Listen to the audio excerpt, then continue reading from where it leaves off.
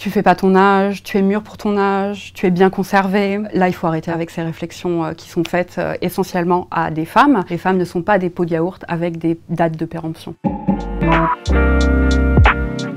J'ai vraiment intégré depuis toujours l'idée que faire son âge était un défaut, une faute de goût. Alors que quand on y pense, bon, j'ai 41 ans aujourd'hui, quel est le problème avec le fait que j'ai l'air d'avoir 41 ans? Mon but dans la vie, ça ne devrait pas être d'avoir l'air plus jeune que je ne le suis, ça devrait être d'être bien dans mon âge. Mais pour cela, encore faudrait-il qu'on arrête d'associer systématiquement le bien-être, la beauté, l'épanouissement à la jeunesse.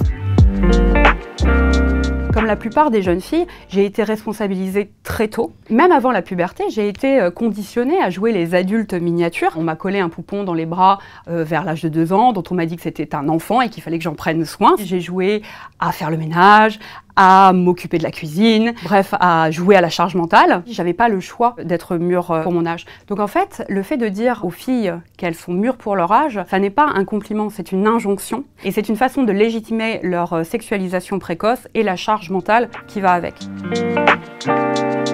On peut dire ça à un homme aussi, on peut lui dire qu'il a pris un coup de vieux, mais objectivement, c'est plus une remarque qu'on fait aux femmes. Les standards esthétiques en matière de signes du vieillissement ne sont pas du tout les mêmes chez les hommes et chez les femmes. Aucun homme n'a jamais eu à assumer ses rides ou ses cheveux blancs, tout simplement parce que c'est pas considéré comme des défauts. Alors que souvent, les rides ou les cheveux blancs sont considérés comme des signes de laisser-aller chez les femmes. Ça n'est jamais un atout de séduction, comme ça peut le devenir chez certains hommes.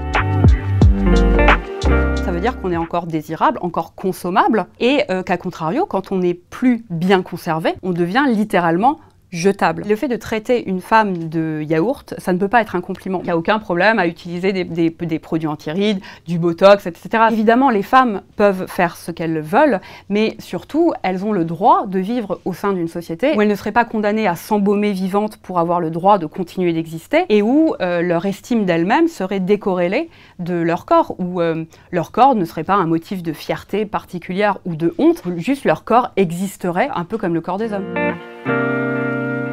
Le fait de dire c'est la ménopause, c'est encore une fois une façon de renvoyer l'identité des femmes à leur utérus. On continue de féliciter les jeunes filles à leur première règle en leur disant oh, « bravo, tu es une femme maintenant ». Mais en fait, cette phrase implique que quand on n'a plus nos règles, on devient quoi ?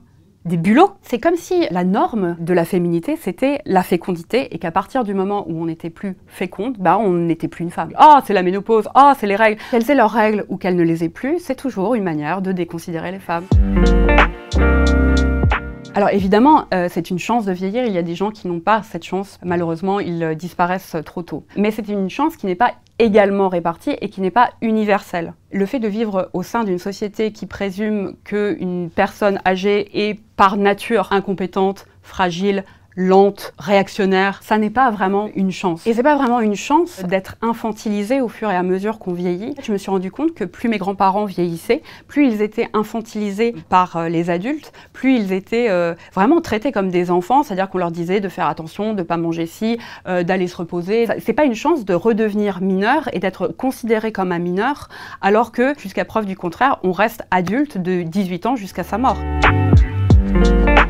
Là, je viens avec tout un tas de normes et tout un tas d'injonctions sociales. Je crois que dès l'âge de 30 ans, j'ai commencé à me dire que j'avais plus l'âge de porter des shorts, par exemple, ou de sortir en boîte jusqu'à 6 h du matin, alors que j'adorais ça, ou de me faire tatouer. Bon, là, ça n'a pas trop marché. En fait, c'est comme si l'âge, l'avancée en âge, était susceptible de transformer nos goûts, nos aptitudes, nos compétences, nos désirs, bref, notre identité tout entière. C'est horrible, parce que ça veut dire que à la fin de notre vie, on n'est plus humain en fait, on n'est plus nous, on a complètement disparu à l'intérieur de nous-mêmes. Ça n'est pas aux femmes d'adapter leur comportement à leur âge, c'est à la société de changer son regard.